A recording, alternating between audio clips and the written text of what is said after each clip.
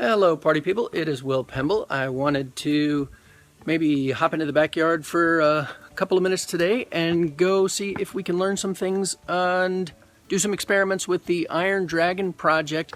Today in particular, I want to change gears. I want to go from using propane, which we've had some experiments with, and you can see videos about that. Really fun, awesome fun with propane and fire. I want to change gears today and see how things go when we use CO2 through the system instead of propane, because that's what I want it to be ultimately, but we have a little bit of learning and experimenting to do before we get there. So what let's try is that right now. All right, so I've got my little hose hooked up here to my solenoid. We're just gonna manually power the solenoid today with a battery, and then I'm gonna plug into my CO2 canister down over here. First thing I want to do, I just want to check and make sure that these two connections are nice and tight so that the gas isn't going to leak out of here when I put this under pressure. The solenoid is in the off position. It stays turned off until you put power to it, so that if the power fails, it fails to the off position and everything shuts down. That's really important for any system where you've got things under pressure, right? So what I'm going to do now is I'm going to turn this on, but I'm going to turn it on from back here because I want to see the gas is going to shoot in that direction.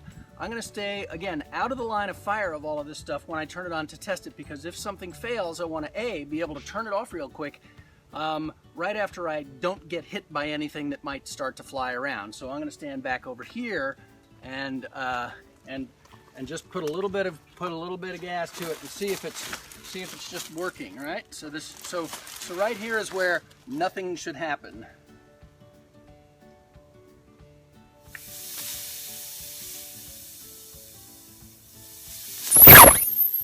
See, nothing is not happening.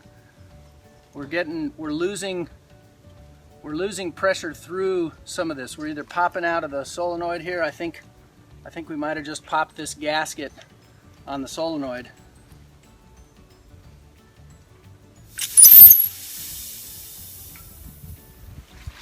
So now let me give you a really close-up shot of what I have destroyed today.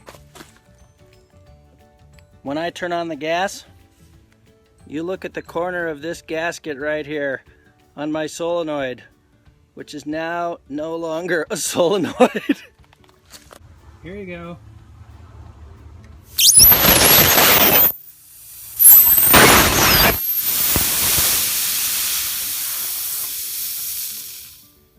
So that kind of shuts down the test for the day on this, because what we now know about this solenoid, you can see frost on it, right? It's frozen. You can see this gasket is blown out of this side. It smells funny in there. This thing is really cold. It's funny because what I really thought was that the propane was going to be the thing to destroy this system, and the fire and the heat and all of that stuff, but it turns out that's not the case at all. It was the CO2, the really cold gas going through this solenoid valve, and that is kind of all we're going to do. All right, I think probably I can just replace that gasket and I'll be okay. But you know, this is how we learn. We tear things up, we break it, we learn, we move on. So I'll keep thinking. The next thing, let me show you one more thing before we go. I have a little bit of something I'd like to show you because I'm thinking about wheels and how the wheels of this new cart ought to be. I don't want to use skateboard wheels this time. I want to use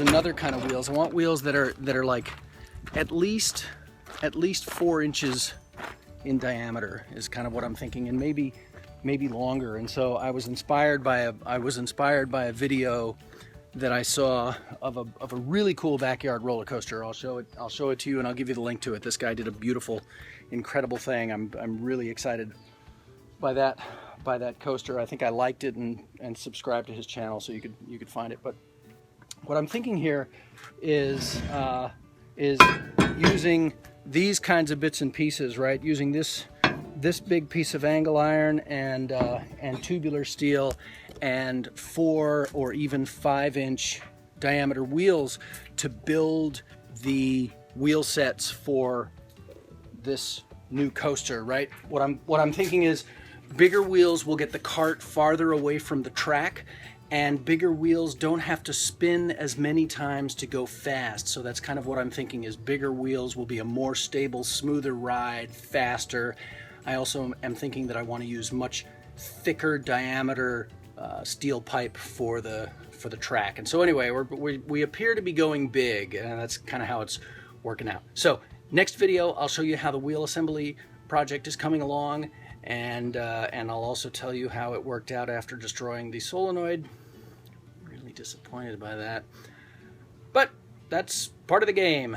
Thank you for helping bring physics family and fun to kids everywhere. I am Will Pemble. Please like, please subscribe, please share, please watch the other videos, and I will see you soon.